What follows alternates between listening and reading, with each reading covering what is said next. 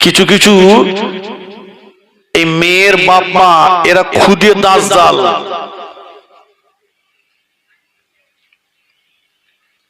যখন এসছে তো মনে হয় ফেরেশতা নাজিল হয়েছে। ফাতেমা রাদিয়াল্লাহু তাআলা আনহা চিন্তা করছে, পানির গ্লাসটা নিয়ে যদি আমি আমার স্বামীকে এই মুহূর্তে ডাকি, আমার স্বামী অত্যন্ত কষ্ট করে ফিরে এসেছে, ঘুমে তার যদি ব্যাঘাত হয়ে যায়, তিনি যদি আমার প্রতি অসন্তুষ্ট হয়ে যান, আমার আল্লাহ পাক আমার উপরে অসন্তুষ্ট হয়ে যাবে। আবার চিন্তা করলে পানির গ্লাসটা নিয়ে আমি যদি ঘুমিয়ে যাই, গভীর রাত্রে আমার স্বামী যদি উঠে আমাকে ডাকে, ফাতেমা ফাতেমা পানি দাও, আমি ফাতেমা ঘুম যদি আমার না ভেঙে যায়, আমার স্বামী কষ্ট পাবে। আমার স্বামী কষ্ট পেলে আমার আল্লাহ পাক আমার উপরে নারাজ হয়ে যাবে। এই না চিন্তা করে নবী নন্দিনী ফাতেমা রাদিয়াল্লাহু তাআলা আনহা পানির গ্লাসটা নিয়ে স্বামী আলীর মাথার কাছে দাঁড়িয়ে রইলে, ঘন্টার পর ঘন্টা চলে যায়, আলীর ঘুম ভাঙে না।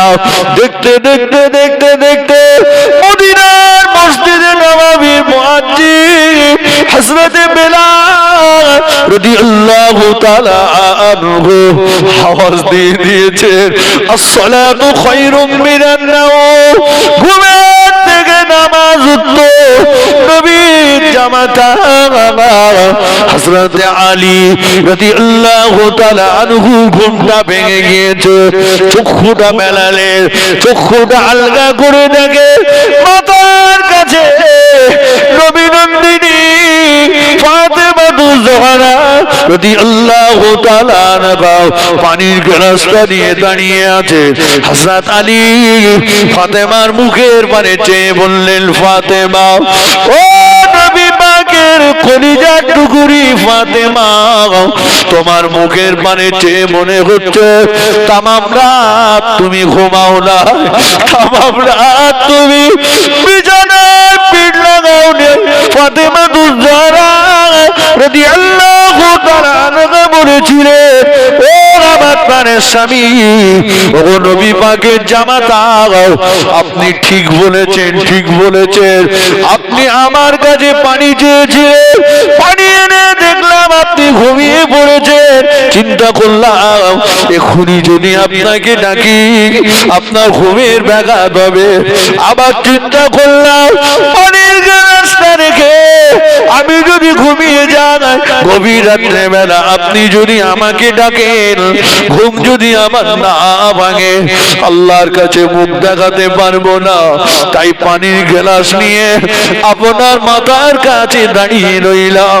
হযরত আলী চোখ দিয়ে টপ টপ করে পানির টোটা গড়িয়ে যায়। ও নবী নন্দিনী ফাতেমা, তুমি কি জানো না তুমি কার মেয়ে? বিশ্ব নবীর মেয়ে তুমি। তোমার আব্বা জানকে আল্লাহ যদি সৃষ্টি না করতে, তামাম মখলুককে সৃষ্টি করতেন না, তোমার আব্বাকে যদি আল্লাহ সৃষ্টি না করতে, আমাকেও আল্লাহ সৃষ্টি করতেন না। ও নবী নন্দিনী ফাতেমা, তোমার আব্বা জান বিশ্ব নবী যদি সংবাদটা পেয়ে যায়, সারাটা রাত তুমি আলীর জন্য পানির গ্লাস নিয়ে দাঁড়িয়েছিলে। কোন কোন মুখ দেখাবো নবীর সম্মুখে? দয়ার নবী যদি আমাকে জিজ্ঞাসা করে, বাবা আলী, আমার ফাতেমা সারা রাত তোমাকে পানি খাওয়ানোর জন্য দাঁড়িয়েছিল, আমার ফাতেমাকে কি ঘুমাতে বলনি? কি জবাব দেব নবীর কাছে? কি করলে তুমি? ফাতেমা রাদিয়াল্লাহু তাআলা আনহা শাড়ির আঁচলটা দিয়ে স্বামীর চোখের পানিটা মুছিয়ে দিয়ে বললেন, ওগো আমার প্রাণের স্বামী, মনে কষ্ট নেবেন না, দুঃখ নেবেন না, চিন্তা করবেন না।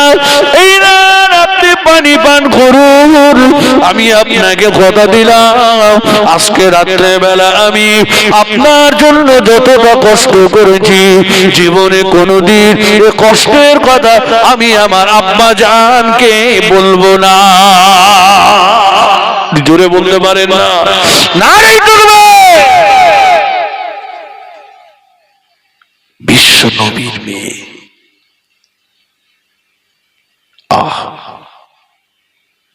পানি করুন, আমি কষ্টের কথা কোনোদিন আব্বাকে বলবো না। আমাদের এখন ফোনের যুগ,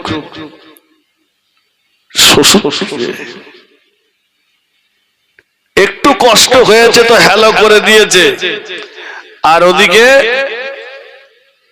বলছে কচি তোর দুলা ভাইরি দাওয়াত করার খেটে কাট, মানে জামাই ধরে পেটবে।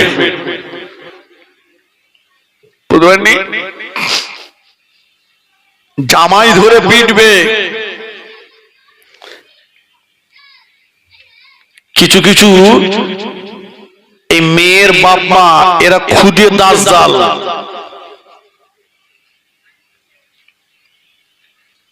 যখন এসছে তো মনে হয় ফেরেশতা নাজিল হয়েছে,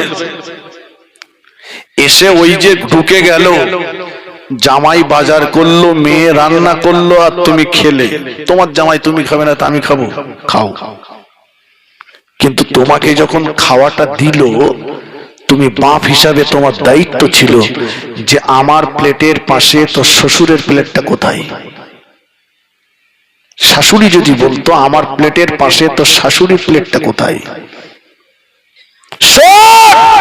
এরপরে যদি তোর ভিটেই আমাকে দেখতে চাস, আমার প্লেটের পাশে যেন তোর শ্বশুরের প্লেটটা থাকে।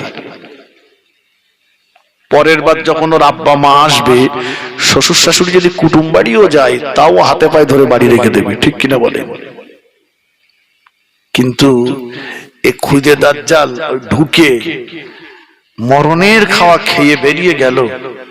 একবারও ছেলের বাপ মার খোঁজ নিলে না, বললো না, আরো বরঞ্চ বলে গেল এই দেখ তো শাশুড়ি যদি মুখ চালাই তুই যেন বন্ধ করে রাখবি না মুখ, তুইও চালাবি, যা হবে দেখা যাবে। জামাইটারি ডেকে বললো এই দেখো তোমরা তো 2-3টে ভাই, আমার মেয়ে স্কুলে পড়তো, বাড়ি এসে খেত, পাড়ায় পাড়ায় ঘুরতো, কুটোর কাজ দুটো করিনি জীবনেও। তোমার সংসারে তোমার তো আরো 2-3টে ভাই আছে, তুমি এক কাজ করো, আমার কচিটা নিয়ে তুমি একটু আলাদা হয়ে যাও। আর এ গয়চন্দর বিন্দুর আকার ঢয় শূন্য ল, আপনারা বানান করে নেন। শাশুড়ি যেন ওর ইমাম, তাই ওখানে ইক্তেদা করে বাড়ি এসে বউটা নিয়ে আলাদা হয়েছে, বাপ মারে বাদ দিয়ে। কথা বুঝতে পারেননি? আর ওই খুদে দাজ্জাল এই সংসারে অশান্তির আগুনটা জেলে দিলে। ফাতেমাতুজ জাহরা রাদিয়াল্লাহু আনহা একদিন এসে বলছে, আব্বা ওয়াজ কোথায় রেখেছে আমার মনে আছে, যে আব্বা জান আপনার জামাইয়ের সঙ্গে একটু মনোমালিন্য হয়েছে, ক্ষমা চেয়ে নিয়েছি, কিন্তু রাগ করে আপনার জামাই মসজিদে নববী থেকে শুয়ে আছে। দয়া নবীর চেহারাটা মলিন হয়ে গেল।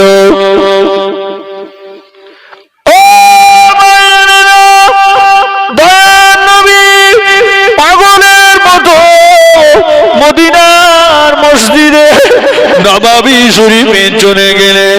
মদিনার মসজিদে নববী শরীফে যে দেখেন হযরতে আলী কাররামাল্লাহু ওয়াজহাহু মদিনার মসজিদে নববী শরীফে শুয়ে আছে। হযরত আলী মদিনার মসজিদে নববী শরীফে শুয়ে ঘুমিয়ে পড়েছে। দয়ার নবী যে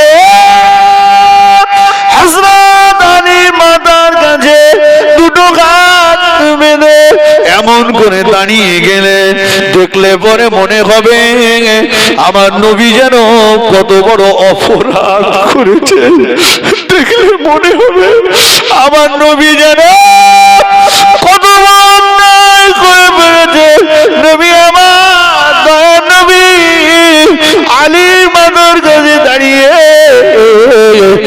ঝরঝর করে কাঁদতে লাগলেন। দয়ার নবীর মোবারক চোখের পানি হযরত আলীর চেহারায় পড়ে গেল। আলীর ঘুমটা ভেঙে গিয়েছে, চোখ দুটো মেলে দেখে মাথার কাছে দয়ার নবী দাঁড়িয়ে আছে। হযরত আলী তড়িঘড়ি উঠে দাঁড়িয়ে গেলে আমার রাসূলুল্লাহ আলীকে বুকের মধ্যে জড়িয়ে নিলেন। আলীকে বুকের মধ্যে জড়িয়ে নিয়ে বললেন, বাবা আলী, আমার ফাতেমাকে মাফ করে দাও, আমার ফাতেমাকে ক্ষমা করে দাও, আমার ফাতেমাকে মাফ করে দাও, আমার ফাতেমাকে ক্ষমা করে দাও, মাফ করে দাও, তা না হলে আমি ফাতেমার আব্বা হিসাবে কিয়ামতের ময়দানে আল্লাহর দরবারে মুখ দেখাতে পারবো না। একটু জোরে জোরে বলুন সুবহানাল্লাহ, আর একটু জোরে বলেন সুবহানাল্লাহ। এটা ছিল রাসূলের আদর্শ। ভাইজান আসতেন, আমি আল্লাহ যতটুকু বলালেন, আল্লাহ যেন বলা শোনার চাইতে বেশি বেশি আমল করার তৌফিক দেন। বলুন আল্লাহুম্মা আমিন। তাকবীর দেন, নারে তাকবীর, জোরে বলেন নারে তাকবীর, নারে তাকবীর। সিলসিলায়ে হক মুজাদ্দিদে জামান, সিলসিলায়ে হক মুজাদ্দিদে জামান ভাইজান হুজুর কিবলা, নারে তাকবীর।